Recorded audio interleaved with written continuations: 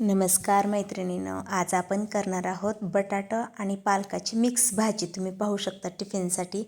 तर किती छान झाली ती, एकदम मस्त होते. टेस्टला तर खूप छान होते. तर तुम्ही पण नक्की करा.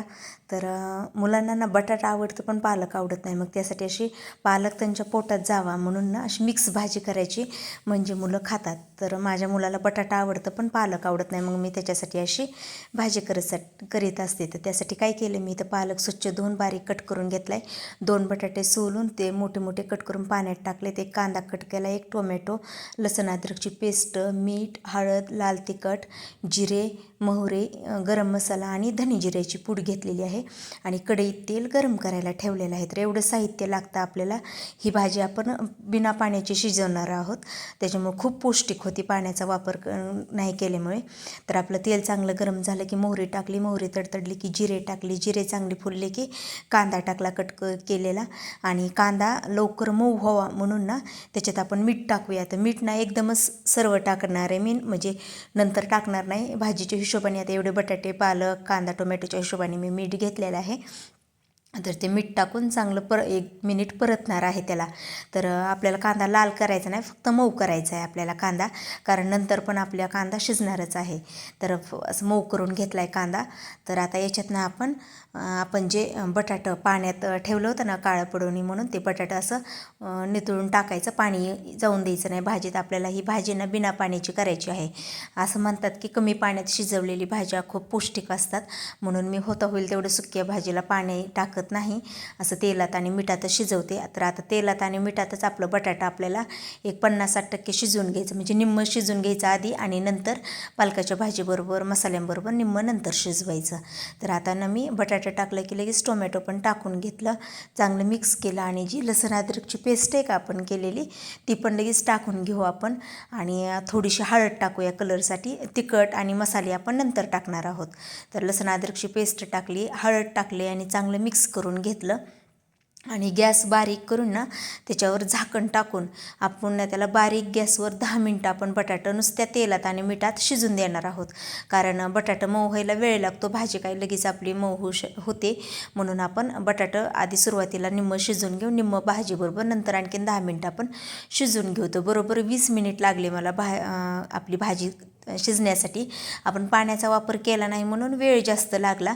आपण जर पाणी टाकलं असतं तर 10 मिनटात शिजली असती. पण आपल्याला कमी पाण्यात भाज्या करायच्या म्हणजे पौष्टिक होतात, म्हणून वेळ लागला तरी चालतो, पण होईल तेवढं पाण्याचं प्रमाण कमी करायचं. तर आता मी बारीक गॅस करते, हळद टाकले की मिक्स केलं आणि झाकण टाकून 10 मिनटाची वाफ देते. आणि 10 मिनटानंतर परत आपण झाकण काढून तुम्हाला दाखवते. तर 10 मिनटं झाली, आपलं बटाटा असं निम्मं शिजले, पूर्ण शिजलेलं नाही, निम्मं शिजले. आता याच्यात आपण मसाले टाकून घेऊ. तर लाल तिखट तुमच्या चवीनुसार, आवडीनुसार किती तिखट हवं आहे त्यानुसार घ्या तुम्ही.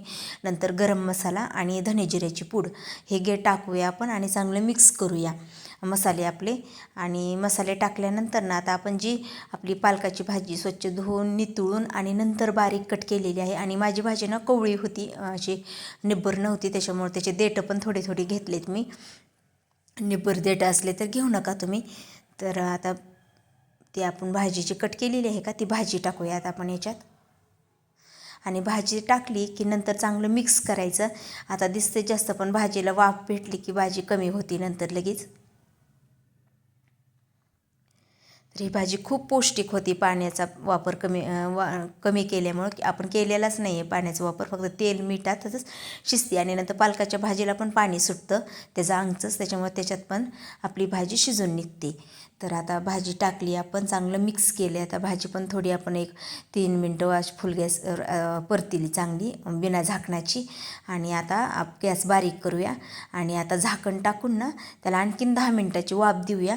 पण मध्ये ना एकदा उघडून, झाकण 5 मिनटं झाली की एकदा उघडून हलवायचं, म्हणजे खाली चिटकून नये म्हणून. आपण मसाले टाकलेत ना त्यात, म्हणून. तर बरोबर 10 मिनटांनी, म्हणजे सुरुवातीला 10 मिनटं ना आता 10 मिनटं 20 मिनटं आपलं शिजून दिली भाजी. म्हणजे बटाट्याच्या मोठी मोठी फोडी आहेत त्याच्यामुळे वेळ वेळ लागतो बटाट्याच्या फोडी शिजायलाच, बाकीचं काय एवढा वेळ लागत नाही. तर आपलं बटाटं पूर्ण शिजलं आहे, आपली भाजी तयार आहे. वास पण खूप छान येत आहे, दिसायला पण छान झाली आणि टेस्टला पण खूप छान झाली. तर मी एक बटाट्याची फोड काढून घेतली, मऊ झाली की नाही ते पाण्यासाठी. तर चांगली मऊ झाली, आपलं बटाटे शिजले. आता गॅस बंद करते आणि भाजी एका डिशमध्ये काढून घेते. तर मग ही अशी साध्या सोप्या पद्धतीने अशी मिक्स भाजी तुम्हाला कशी वाटली ते नक्की सांगा. आवडली असेल तर व्हिडिओला लाईक करा, शेअर करा आणि कमेंट करा.